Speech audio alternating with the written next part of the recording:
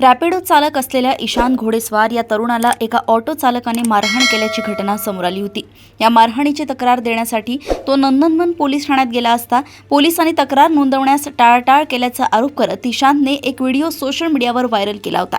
या प्रकरणाची गंभीर दखल घेत नंदनवन पोलीस ठाण्याचे वरिष्ठ पोलीस निरीक्षक कैलास देशमाने यांनी अधिकृत प्रतिक्रिया दिली आहे। पोलिसांनी दिलेल्या माहितीनुसार तरुणाने केलेला आरोप खोटा असून त्याने दिलेली फिर्याद पोलिसांनी तत्काळ नोंदवून घेतली होती।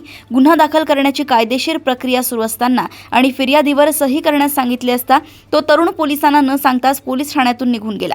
त्यानंतर त्याने पोलिसांची नाहक बदनामी करणारा व्हिडिओ बनवून व्हायरल केला।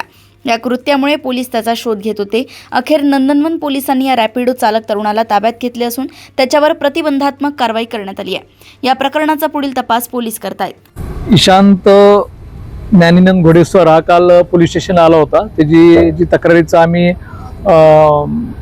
लिहून घेतलेली होती, ती तक्रारीचे जे सेक्शन्स होते ते अदखलपात्र स्वरूपाचे होते आणि त्याचं असं म्हणणं होतं की त्यामध्ये दखलपात्र स्वरूपाचा गुन्हा दाखल करा।